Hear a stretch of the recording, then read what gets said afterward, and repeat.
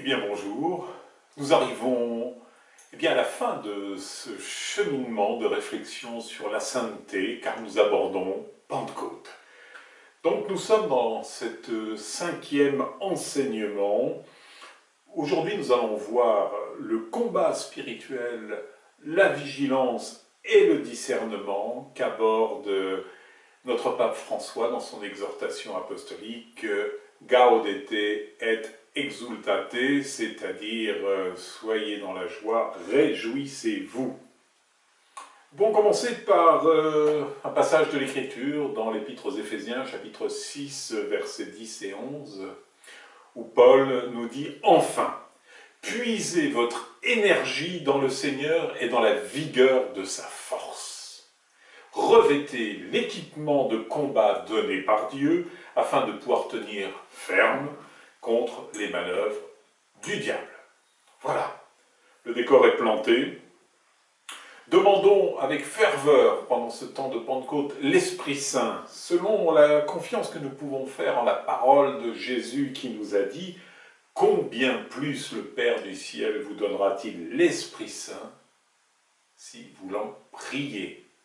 Donc demandons avec ferveur, avec ardeur de recevoir l'Esprit Saint en ce temps béni de Pentecôte.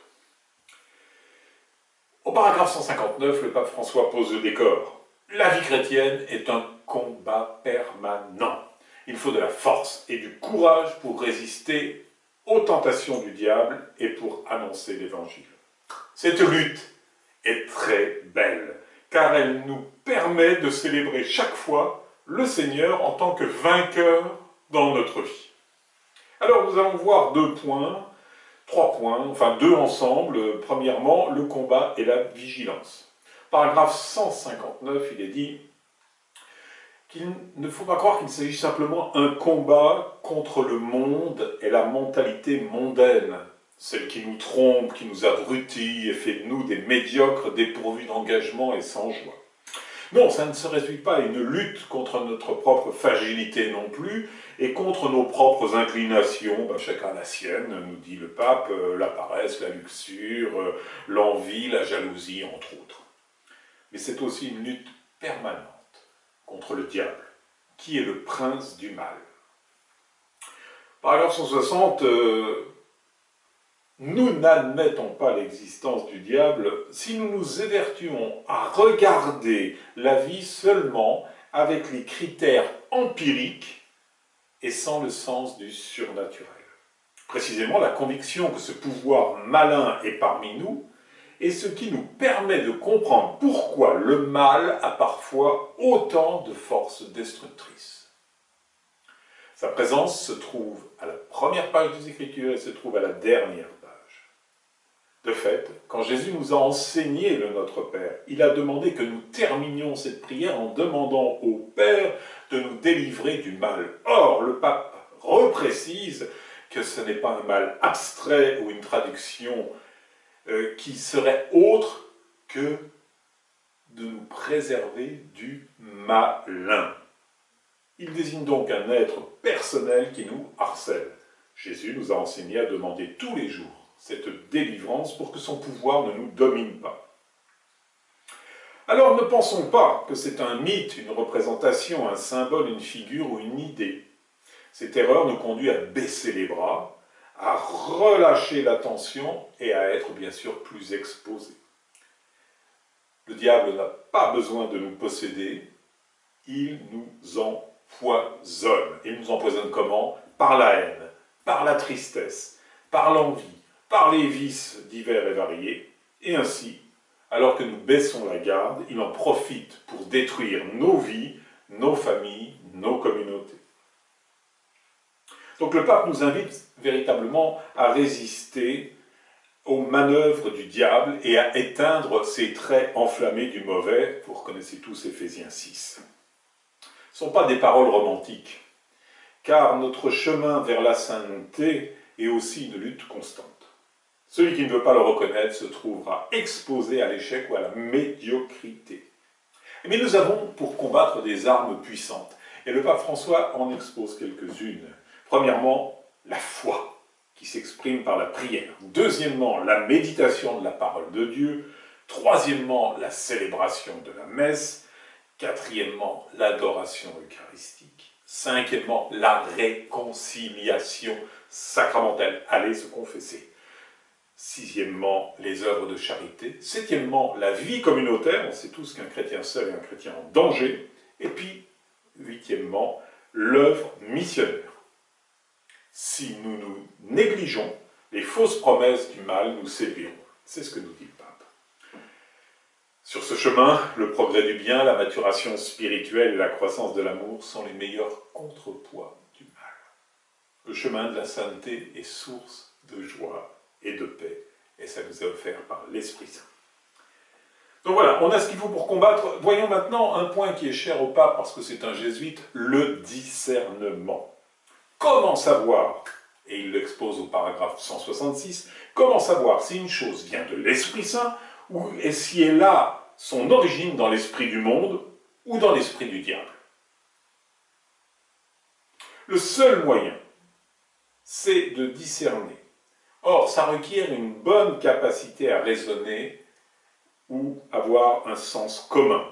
C'est aussi un don, le discernement, et il faut le demander. Si nous le demandons avec confiance à l'Esprit Saint, et que nous nous efforçons en même temps de développer par la prière, la réflexion, la lecture, le bon conseil, alors nous pourrons grandir dans cette capacité spirituelle.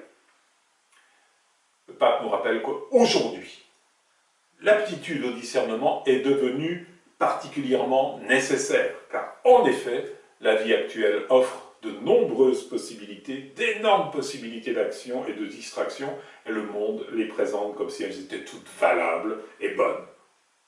Cela devient donc particulièrement important quand apparaît une nouveauté dans notre vie. Et il faudrait discerner pour savoir si c'est du vin nouveau qui vient de Dieu, ou alors une nouveauté trompeuse de l'esprit du monde ou de l'esprit du diable.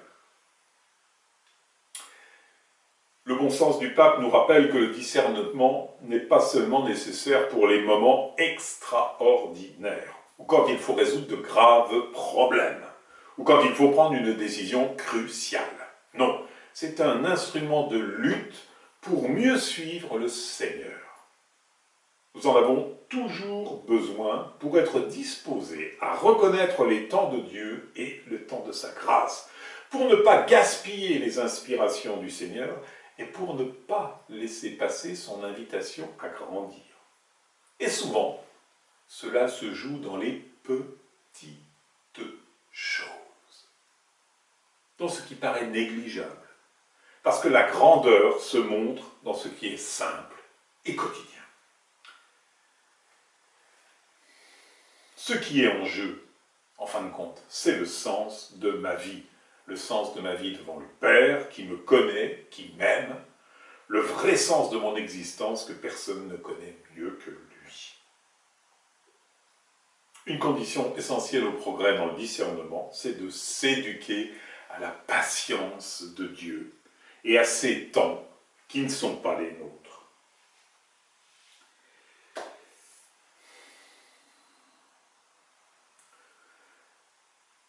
Le pape termine en invoquant la Vierge Marie.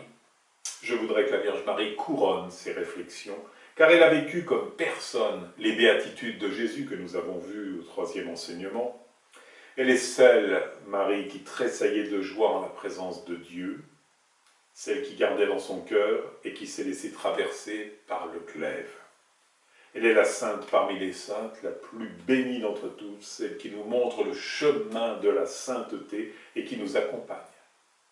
Elle n'accepte pas que nous restions à terre, et parfois elle-même nous porte dans ses bras sans nous juger. Parler avec elle nous console, nous libère, nous sanctifie. Voilà, le pape espère que ces pages seront utiles à tous, à toute l'Église, pour promouvoir le désir de sainteté. Et il nous dit, demandons à l'Esprit Saint d'infuser en nous un intense désir d'être saints pour la plus grande gloire de Dieu, et j'aurais envie de rajouter, et le salut du monde. Ainsi, nous partagerons un bonheur que le monde ne pourra nous enlever. Trois petites méditations pour approfondir. Premièrement, croyons-nous vraiment ce qu'affirme le pape au sujet de notre ennemi, le diable? Deuxièmement, utilisons-nous les armes puissantes que j'ai évoquées au paragraphe 162 pour lutter efficacement contre notre adversaire? Et troisièmement, aiguisons notre discernement avec l'aide de l'Esprit Saint et cessons d'agir sans discerner. Je propose que nous nous confions ensemble à la Vierge Marie en disant ensemble « Je vous salue Marie ». Je vous salue Marie, pleine de grâce, le Seigneur est avec vous. Vous êtes bénie entre toutes les femmes, et Jésus, le fruit de vos entrailles, est béni. Sainte Marie, Mère de Dieu, priez pour nous pauvres pécheurs, maintenant et à l'heure de notre mort. Amen. Que le Seigneur vous bénisse, vous garde. Vous pouvez toujours retrouver ces enseignements sur www.monastère-invisible.com.